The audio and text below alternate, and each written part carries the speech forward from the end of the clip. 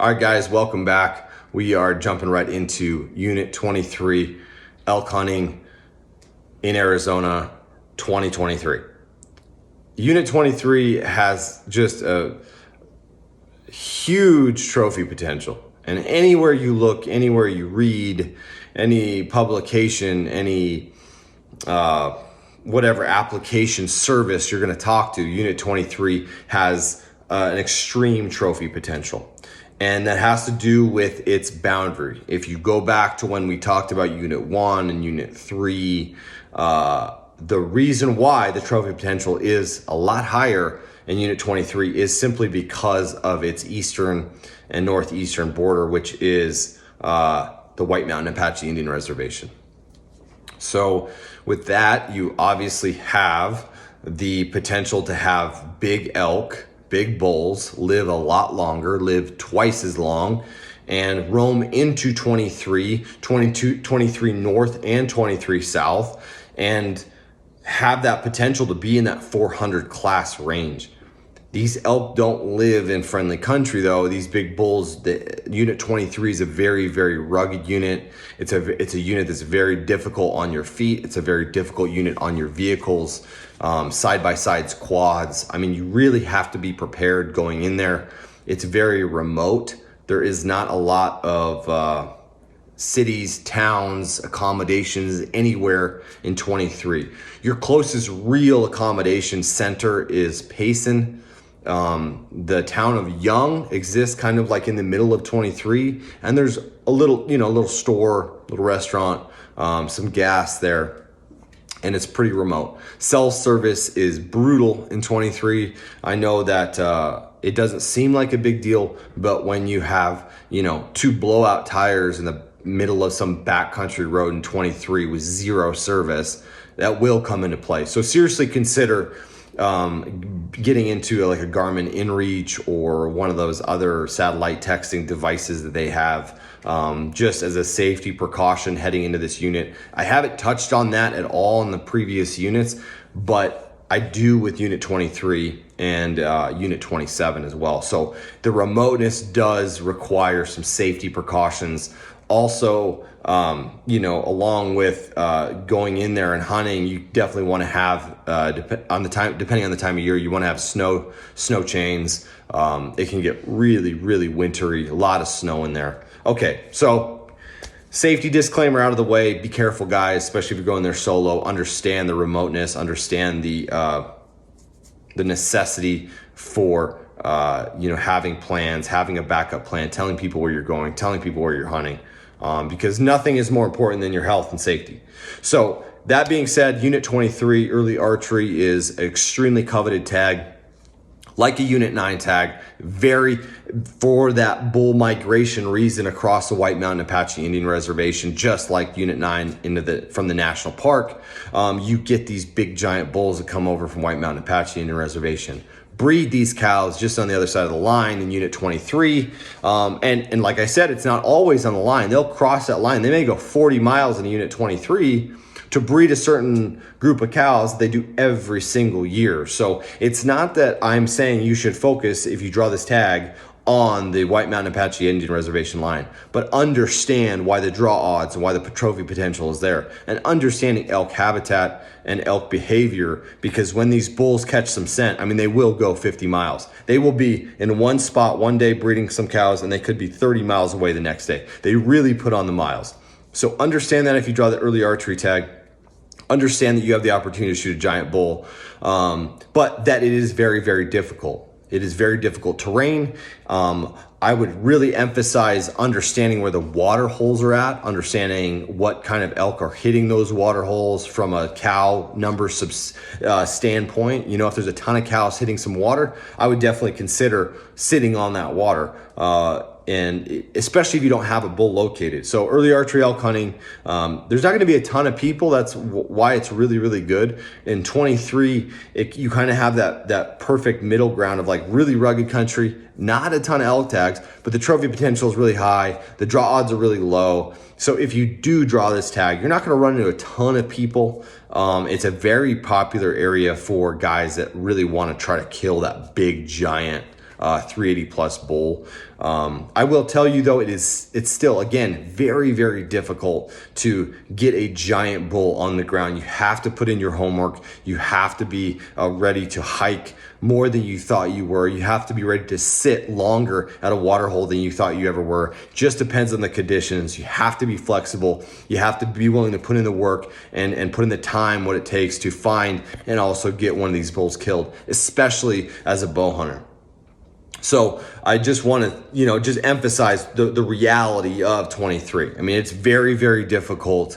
If you do draw that tag, you've waited 20 something years, definitely contact a guide or an outfitter. There's some really good guides and outfitters that operate in 23. We do some hunts in there as well, but we are not the only outfitter that hunts in 23. We do a lot of stuff all over the place, as with a lot of other guys. So there's a lot of really good guides and outfitters in Arizona. That really focus on different things, and they're really their wheelhouses in different categories. So some outfitters are all about shooting 400-inch bulls or nothing. Some outfitters are really interested in just getting a lot of numbers, having a lot of clients every single year, and hopefully somebody shoots something big. And other outfitters are in it just to provide cool experiences, provide hunt experiences, take people in and really have them encounter wildlife and have a good memory from their hunt, and hopefully a big bull to accompany that, hanging on the wall or in the freezer. So that's kind of more our style. We love chasing trophy animals. We love hunting the biggest bulls in the country, but that's not our sole focus of existing as a guide and outfitter. We don't sell our soul to kill the biggest bulls. We want to have the best experience for every one of our guys that go out there, whether it's a scouting package or drop camp or fully guided hunt. That's kind of more our style, and that doesn't fit everybody. Some guys are like, hey, I want a 400-inch bull or nothing, and I say, here's the name of a guy that I know that that's how he lives his life too. So you guys would be a great fit. Anyway, so in Unit 23, all that, if you do draw that tag, you have all that time invested in the bonus points that are required to draw that tag. Consider a guide, an outfitter. Consider investing in your opportunity, because that's what it is. Anytime you get a scouting package or a drop camp or hire a guide or an outfitter, really what you're doing, you're not guaranteeing anything. You're really just investing into the success of your hunt. Now, it's not 100%, but you're really putting all your chips in and saying, hey, I'm going to try to have the best opportunity that I can, have the best experience on this hunt as I possibly can, and leaving it to the professionals that understand the intricacies and the nuances of these units is very, very important to be successful from year to year, because conditions are very, very different from year to year. One of the cool hunts in 23 is the late archery hunt. The late archery hunt is one of those hunts. It's like an in-between hunt. You don't need a ton of bonus points to draw. You don't need 20 points. As a resident and non-resident, you're in that 7 to 10 point range. And that's a really, really it seems like a lot of points, but it's not that much when you're talking about the trophy potential that exists in 23. So you can draw a late archery tag in 23 and potentially kill a 380 bull with very minimal points, 6 to 10, roughly 7, 8 points, whatever it is, in that range, depending if you're a resident or non-resident. So those bonus points are relative to trophy potential. That's really, really high. I mean, it's got a great trophy potential for the amount of points you're willing to put in. However, it's probably one of the most difficult hunts you'll ever go on. These bulls are not rutting, in really rugged country, hard to spot and stalk just from a standpoint without a friend or a guide helping you. Very, very difficult. If it snows, the water holes are very, very hard to hunt. Hunting over water is very, very effective in that late archery season. It's not what people want to do. It's not what a lot of bow hunters want to do. You want to pick up your bow, go stalking around the country, go sneaking up on elk. It's just very, very difficult to do. So if your goal is to go have a really, really fun hunt, go chase around big bulls, don't really care if you shoot one or not, then you can dedicate your 23 late archery hunt to spot stock. If you want to actually kill a big bull and you want to really focus on really trying to lay the hammer on something, sitting water is really the most effective way to do it. Like I said, not all the time. I mean, it can snow, it can rain for 5 days. But overall, in my experience, in the history of that unit and that hunt, sitting water is the most effective way to kill a trophy bull. So let's move on right into the late 23 rifle hunt. Another high bonus points. Takes a lot of points to draw as a resident or a non-resident. Trophy potential is really high. Here's the thing with the late rifle hunt. You got to be ready to shoot far. You got to be ready to shoot 500 plus yards. I mean, you just have to. If you do not have a rifle that does that, make sure the outfitter or guide has a rifle that they will rent to you, a rifle that's dialed in. One of my biggest things that I emphasize with all my clients is, they've waited a long time to draw these tags, draw a 23 tag or 27 tag.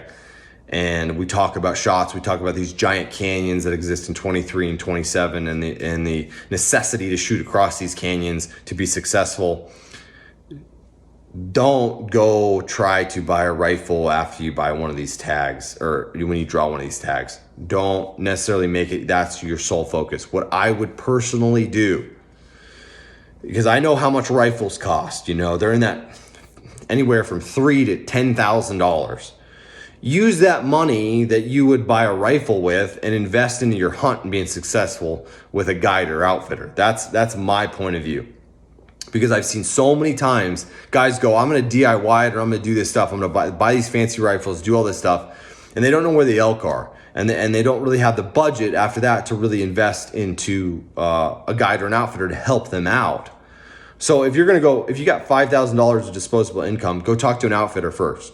And they'll give you a gun. And then you can go buy a rifle at a later date that actually makes more sense for your next opportunity than going out and buying a rifle that you really don't know what you need. Whereas in these guides and outfitters like myself that are in there, we build rifles according to literally the hunt units in Arizona. We don't go off the internet. We don't do all these forums.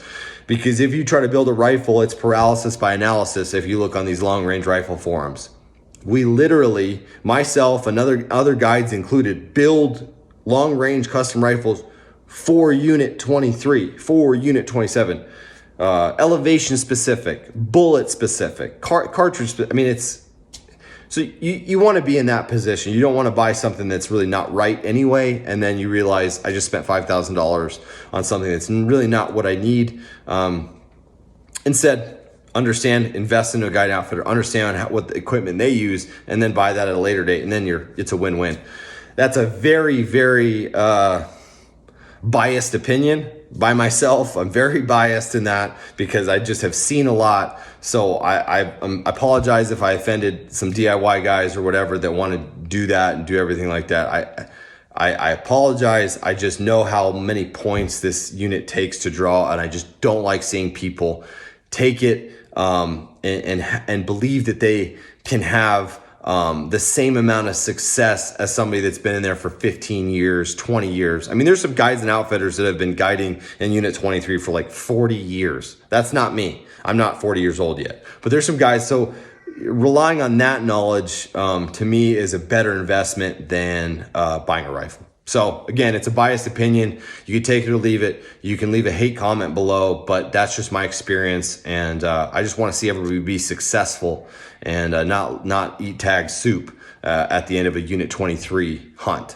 So again, if you draw that Unit 23 late rifle hunt, expect to shoot far, expect to hike in nasty country. That's where these bulls winter up. They don't winter up in the nice flat grounds for the most part like they do in early archery season. They're not roaming the flats chasing these cows. They are canyoned up. They're in some nasty country. It takes a lot of scouting, a lot of preparation, and the right equipment to be successful. So don't be afraid to holler at somebody that does it for a living, holler at a professional hunter. Don't be afraid to contact me or anybody else that operates in 23. So thanks, guys. Thanks for watching. Hopefully that encouraged you if you've got that points to consider 23 and understand what it takes on a physical level and on an equipment level. And hopefully you draw it if you're trying to. And I want to see some 380 plus bulls hit the dirt this year, whether it's by one of our guys or somebody else. Just awesome to see it. All right, guys, we'll talk to you soon. Unit 27 coming up.